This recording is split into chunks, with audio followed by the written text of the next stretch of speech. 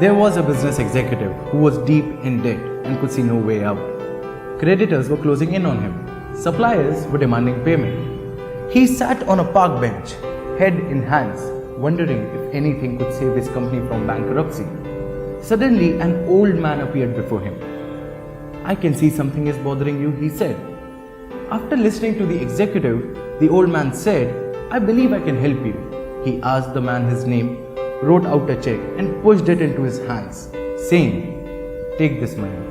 Meet me here exactly after 1 year and you can pay me back that time." He turned and disappeared. The executive saw in his hands a check of 50 crore rupees signed by J.R.D. Tata, who was the CEO of one of the biggest companies in India. "I can erase all my money worries in an instant," he thought. But instead, the executive decided to put the uncashed check in his safe. Knowing it was there might give him strength to work out a way to save his business.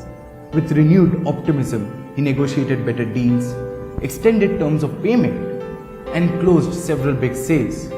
Within a few months, he was out of debt and making money once again. Exactly after 1 year, the executive returned to the park with the uncashed check, and the old man appeared at the agreed time. But just as the executive was about to hand back the check and share his success story, a nurse came running and grabbed the old man. "I'm happy I caught him," she cried. "I hope he hasn't been bothering you. He keeps escaping from the rest home and tells people that he's J.R.D. Tata." And she led the old man away. The executive stood there, stunned. All year long, he had been wheeling and dealing, buying and selling, convinced that he had so much money behind him. But suddenly he realized that it wasn't the money, real or imagined, that turned his life around. It was a change in his perspective that gave him the power to achieve anything he went after. If you look around, you will see that people who are sad, people who are unsuccessful, people who have failed are in that position only because of the way they look at things. You see, the moment we fail, we give up. When things are not going according to us, we give up. But the question is, why do we give up? You see, we give up because our perspective to look at things changes. We start taking ourselves as losers. We start questioning our capabilities. We start questioning our own existence. People have this mentality that you cannot always win, which is actually right. But seeing life this way will make failure a comfortable zone for you. Whereas if you start asking yourself one question, why cannot I always win? That will be the point when you will stop finding comfort in failure and you will just try to learn from it and get out of it. See, we need to realize that this is life. There are going to be ups and downs. You are going to get successful as well as you're going to fail. But if you can't handle failure, how do you expect yourself to be successful? You see, we need to change the way we look at things. We need to start believing that we have the power to make things happen. See, changing your perspective does not mean that the way you look at things is always wrong. But it is so sad that we judge things on the basis of success, failure, or amount of hard work I will have to put in, or amount of time I will have to put in, amount of money I will get. We are so much affected by these factors. Students are selecting their subjects on the basis of easy or difficult without even knowing if they like it or not.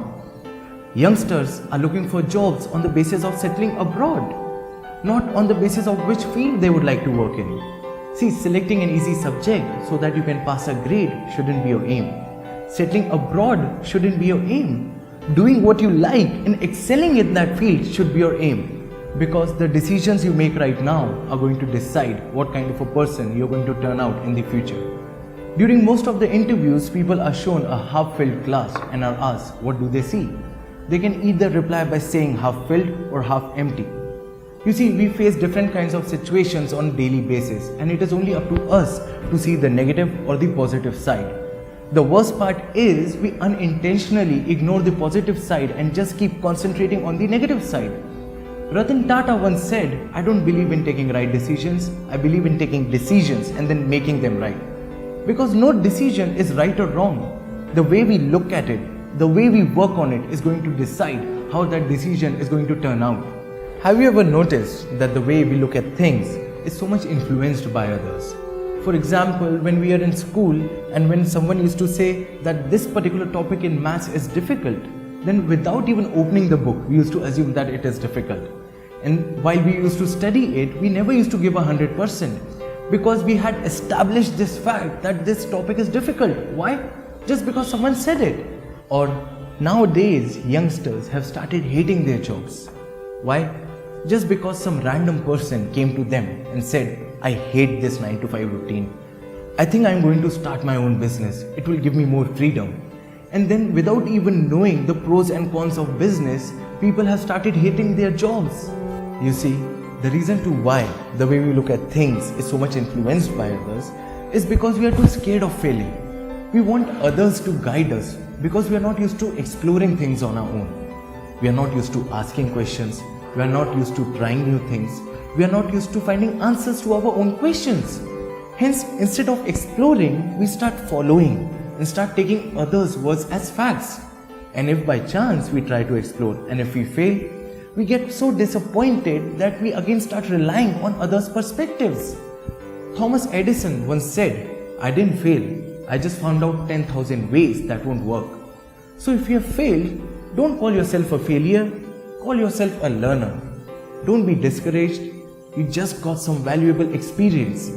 So let's change the way we think. Let's change the way we look at things. Because as Marcus Aurelius has said, everything you hear is an opinion, not a fact. And everything you see is a perspective, not a truth.